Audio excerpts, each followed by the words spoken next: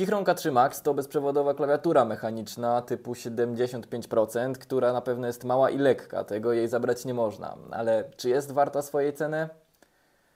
O tym w tym materiale. Zapraszam do oglądania. To jest ultra mała klawiatura, której szerokość nie przekracza szerokości mojego laptopa aktualnego, czyli Asusa ZenBook 14, a to jest naprawdę mały laptop. Jest to i plus, i minus. W mojej perspektywie, jeśli bym miał iść do ziomków pograć sobie lana, to jest klawiatura, którą bym ze sobą zabrał.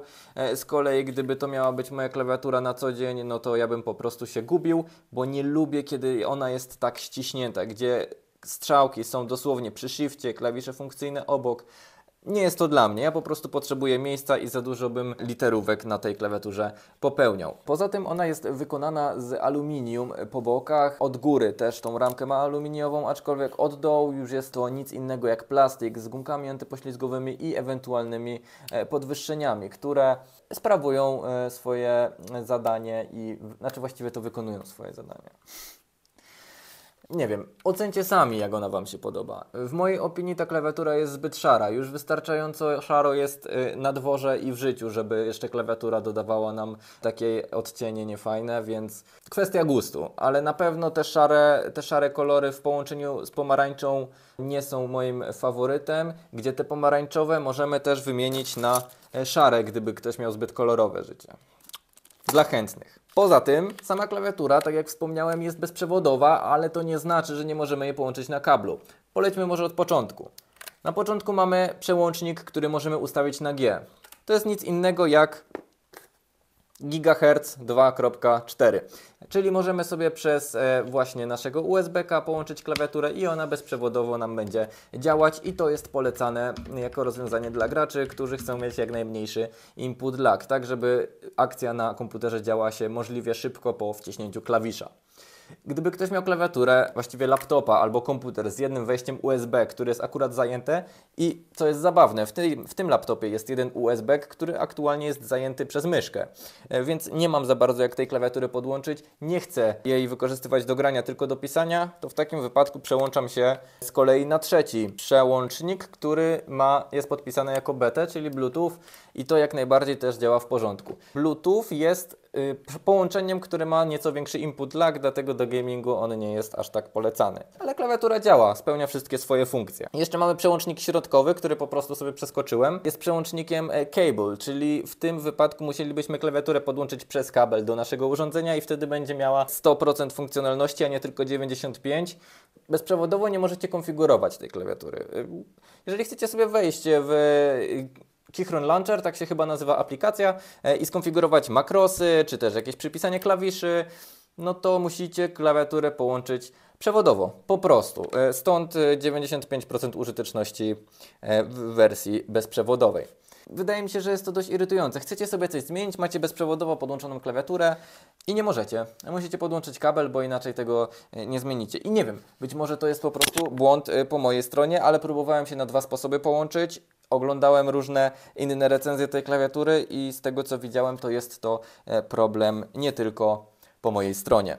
Poza tym, że mamy trzy opcje podłączenia samej klawiatury w formie bezprzewodowej czy też przewodowej, mamy też przełącznik tym razem już na dwie opcje, czyli Windows/Android, jeżeli chcemy się połączyć z jakimś urządzeniem z tymi systemami, czy też Mac lub iOS, jeżeli chcielibyśmy się połączyć z naszym iPadem na przykład albo MacBookiem. Wspominałem o wadze. Pokażę Wam teraz, jak wygląda sytuacja właśnie z przesuwaniem się klawiatury po blacie, bo w momencie, kiedy mamy 500-gramową klawiaturę, to faktycznie nie potrzebuje dużo siły wkładać, aby ona się przesuwała po blacie, a z kolei dla porównania to jest klawiatura Onionite od Dark Project, którą ostatnio dodawałem na swój kanał. Ona waży 5 razy tyle co ta, bo 2,5 kg i w momencie, kiedy ja bym chciał ją przesunąć kciukiem, nie ma takiej możliwości. Wiadomo, jak mocniej popchnę, to da się to zrobić, ale wkładając siłę taką realną, którą możecie potencjalnie wkładać podczas sesji w jakąś gierkę, to nie ma opcji, że ona ruszy. I to jest duży plus. Aczkolwiek też jest to minus, bo dzięki temu, że ona jest taka ciężka, właściwie przez to, że ona jest taka ciężka, no to nie można jej zabrać, albo jest to niepraktyczne, żeby ją zabierać do plecaka. Ale jest cała aluminiowa. Sztos. Wracając do klawiatury, Keychron V3 Max, to klawiatura ta ma 3 rodzaje przełączników, nieco innych niż takie standardowe przełączniki, bo są to, słuchajcie, zapomniałem jak się nazywają, Gaterony. Ha. Ta klawiatura ma przełączniki typu Gateron Low Profile, bo sama klawiatura charakteryzuje się tym, że jest po prostu niskoprofilowa. I takie przełączniki można wymienić. One występują w wersji brązowej, czerwonej i niebieskiej. Domyślnie tutaj w tej klawiaturze zostały zmienione na bananowe. Po prostu. Mamy 3 rodzaje. To jest jeszcze 4. inny rodzaj, który został customowo włożony. A został on włożony dlatego, że mamy opcję hot swapów w tej klawiaturze. Czyli możecie sobie po prostu wziąć keycap puller, możecie sobie taki przełącznik wyciągnąć i wsadzić dowolny inny. Zaznaczam, że trzeba uważać, żeby nie powyginać pinów, bo ja już w przypadku innej klawiatury zdołałem to zrobić. I nie jest to trudne. Także ostrożnie z wyciąganiem, a tym bardziej z wkładaniem tych przełączników. Więc jeśli Wam nie pasują, to można je wymienić. Muszę też przyznać, że te switche w tej klawiaturze są charakterystyczne z uwagi na to, że one mają bardzo wyczuwalny klik. Czyli w momencie, kiedy Wy sobie chcecie wcisnąć ten przycisk, on nie daje się wcisnąć i dopiero w pewnym momencie jest przeskok. Nie ma łagodnego przejścia. Dopiero jak jest ten przeskok, który poczujecie, możecie wcisnąć do końca dalej klawisz i wtedy już działa to łagodnie. I to jest bardzo wyczuwalne. Z kolei, jak już sobie porównujemy do tego Onionite'a, to Onionite działa bardzo płynnie. On nie ma na żadnym etapie przeskoku. On od początku do końca działa tak samo płynnie i dopiero na którymś etapie ten switch się aktywuje. Tutaj aktywację switcha w przypadku Keychrona bardzo wyraźnie czuć ten przeskok. Ma to swoje plusy, ma to swoje minusy. Ja z uwagi na to, że wolę jak coś jest bardzo płynne, bardzo takie smooth i wiecie, takie mega przyjemne, no to ja stawiam zdecydowanie na takiego Onionite'a, który ma dużo przyjemniejsze switche. Słuchajcie, krótka wstawka, ta klawiatura ma wymienione switche, tak jak wspominałem i właśnie ten przeskok to jest cecha tych switchy typu banana. Domyślnie w tej klawiaturze macie czerwone, macie brązowe i macie niebieskie i te switche nie mają takiego przeskoku. Wtedy ta klawiatura działa tak jak ten Onionite, o którym właśnie wspominałem, też działa to gładziutko, tak żebyście to mieli na uwadze. Ok, wracamy do filmu. Hot swap w tej klawiaturze charakteryzuje się tym, że ma on możliwość zamienienia tylko na 3-pinowe przełączniki, a nie tak jak w porównaniu do Onionite'a, o którym nagrywałem, można założyć switche, które są zarówno 3-pinowe, jak i 5-pinowe. Ale to jest opcja, która jest opcją dla fanów modyfikowania klawiatury.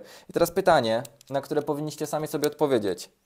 Czy Wy jesteście takimi geekami albo na tyle fanami customowego sprzętu, że będziecie kiedykolwiek wymieniać switche w swojej klawiaturze? Bo jeśli tak, to jest to jakaś opcja. Szczególnie, że ta klawiatura w promocji jest do wyrwania za 350 zł. Za cenę domyślną, czyli około 550 zł, absolutnie nawet bym się nad nią nie zastanawiał. Ale to ja. Za 350 zł jest to opcja, jeśli lubicie niskie klawiatury i chcecie, żeby była lekka, kompaktowa. Ale jeżeli jesteście osobami, które chcą kupić klawiaturę, mieć ją na biurku i za jakiś czas wymienić na inną, to tym bardziej bym się nad nią nie zastanawiał z uwagi na to, że macie lepsze klawiatury. Chociażby od Logitecha G515, czy właśnie taki Onionite, którego mam tutaj pod ręką. To jest akurat w wersji przewodowej za 250 zł. Jest też opcja bezprzewodowa, też z takim samym donglem, czy też przez Bluetooth za 50 zł więcej, czyli za 300, więc wychodzi to jeszcze taniej niż ten Keychron K3 Max. Z tym, że to nie jest klawiatura niskoprofilowa, a to też musicie brać poprawkę, ale jest bardzo wygodna i ciężka. Nie podoba mi się w tej klawiaturze podświetlenie. Absolutnie, słuchajcie, to jest podświetlenie, które nie tyle jest nieładne, bo jest to RGB, co ono wychodzi po prostu dookoła klawiszy. Nie wiem, jak po polsku dobrze to wypowiedzieć. Generalnie chodzi mi o to, że keycapy nie są przezroczyste, więc w momencie, kiedy jest noc i Wy chcecie sobie podświetlić klawiaturę, żeby widzieć, co piszecie, no to ona będzie świecić, ale nie będziecie widzieli z tych literek, no bo po prostu nie przepuszczają one powietrza. Oczywiście chodziło o światło, a nie o powietrze, to pierwsza rzecz, a druga rzecz jest taka, że musiałem to zostawić, żebyście mieli świadomość, kogo oglądacie. Ale jako, że już macie, to możemy wracać do oglądania. Czy to ma jakikolwiek sens? W mojej opinii nie. No chyba, że chcemy, żeby klawiatura ładnie wyglądała na zdjęciach i filmikach, albo żeby koledzy mówili: o wow! Wow!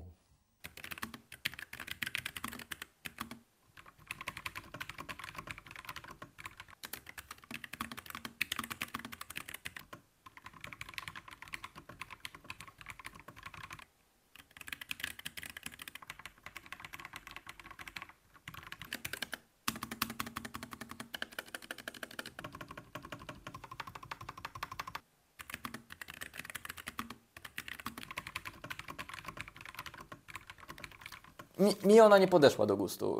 Ja swoje powody powiedziałem. Jeżeli chcecie sami się przekonać, jak to wygląda, bo nie jesteście przekonani tym, co ja teraz wymieniłem, to bardzo proszę, za 350 zł